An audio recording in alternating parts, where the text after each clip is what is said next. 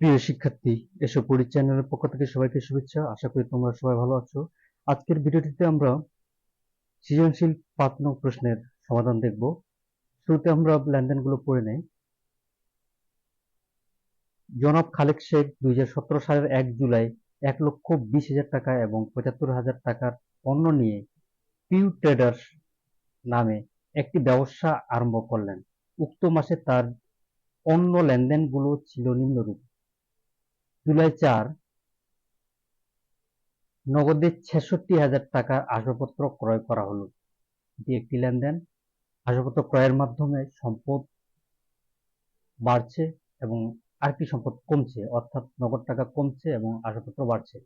জুলাই ৮, ধারে ৮৫,০০০ টাকার পণ্য বিক্রয়ের আদেশ পাওয়া গেল। এটি কোনো লেনদেন নয়, এটি একটি ঘটনা।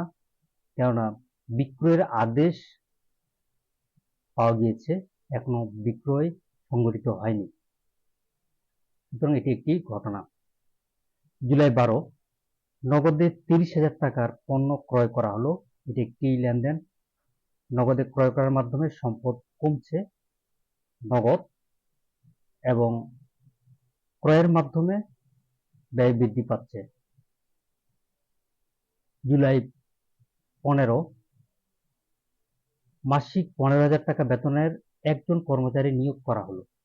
এটি একটি ঘটনা, এটি লেনদেন নয়, কেননা ১৫,০০০ টাকা বেতনে কর্মচারী নিয়োগ করা হলো, এখনো বেতন প্রদান করা হয়নি, সুতরাং এটি একটি ঘটনা।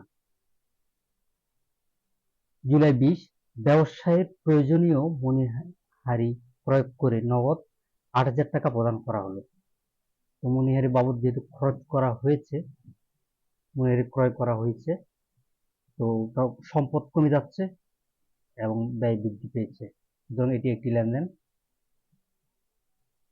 জুলাই ২৫, চেক দ্বারা বিক্রয় ৮০,০০০ টাকা। এটি একটি লেনদেন। চেকের মাধ্যমে বিক্রয়ের জন্য সম্পদ বৃদ্ধি পেয়েছে এবং আয় হয়েছে। জুলাই ৩০, মালিক কর্তৃক উত্তোলন ৫,৭৫০ টাকা। এটিও একটি লেনদেন। মালিক ব্যবসায়ের থেকে টাকা উত্তোলনের কারণে ব্যবসায়ের টাকা কমে যাচ্ছে, অপরদিকে মালিকানা সত্ত্ব কমছে, সুতরাং এটি একটি লেনদেন। এবার আমরা প্রশ্ন ক দেখি। প্রশ্ন কতে আছে, লেনদেন নয়